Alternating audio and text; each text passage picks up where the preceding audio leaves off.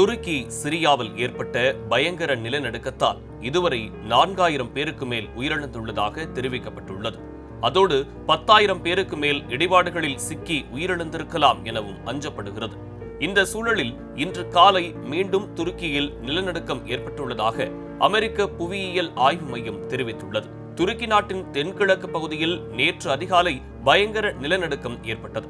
பூமிக்கு அடியில் 24 கிலோமீட்டர் ஆழத்தில் ஏற்பட்ட இந்த நிலநடுக்கம் ரிக்டர் அளவுகோலில் 7.8 பதிவானது. இதில் துருக்கியின் 10 மாகாணங்கள் கடுமையாக பாதிக்கப்பட்டன. 2000க்கும் மேற்பட்ட கட்டடங்கள், வீடுகள், அடுக்குமாடி குடியிருப்புகள் இடிந்து விழுந்து தரைமட்டமாகின. இடிபாடுகளில் சிக்கி 4000க்கும் மேற்பட்டோர் உயிரிழந்தனர். 6000க்கும் மேற்பட்டோர் படுகாயமடைந்தனர்.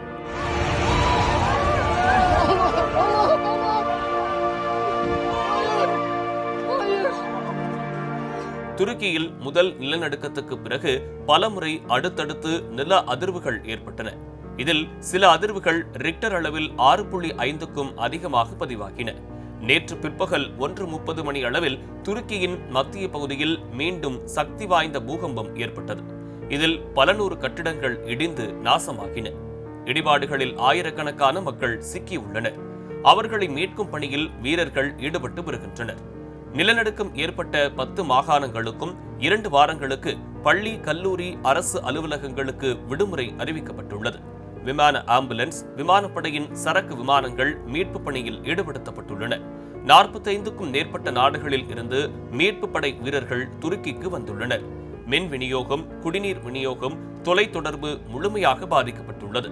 அதோடு மழை, கடும் பனிப்பொழிவும் நிலவுவதால் மீட்பு பணியில் தொய்வு ஏற்பட்டுள்ளது.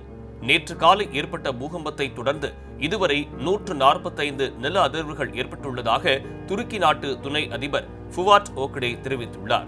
மேலும் துருக்கியும் சிரியாவும் சிதைந்து போயிருக்கும் நிலையில் 7 நாட்கள் தேசிய துக்கம் அனுசரிக்கப்படும் என துருக்கி நாட்டு அதிபர் அறிவித்துள்ளார்.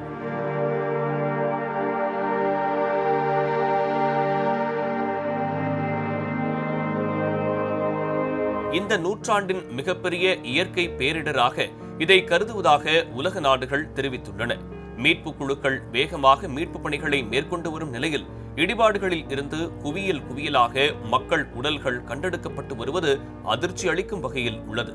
துருக்கியில் நேற்று முன்தினம் இரவு தூங்கிய மக்கள் பலர் நிலநடுக்கத்தின் கோரப்பிடியில் சிக்கி அடுத்த நாள் கண் விழிக்காமலேயே உயிரிழந்துள்ளனர் என்பதுதான் வேதனையின் உச்சம்.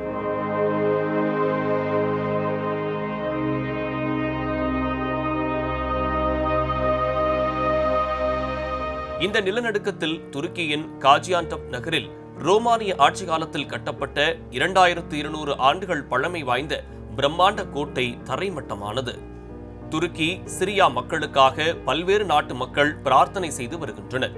விரைவில் துருக்கி மக்களுக்காக நிவாரணப் பொருட்கள் அனுப்பவும் ஏற்பாடுகள் செய்யப்பட்டு வருகிறது.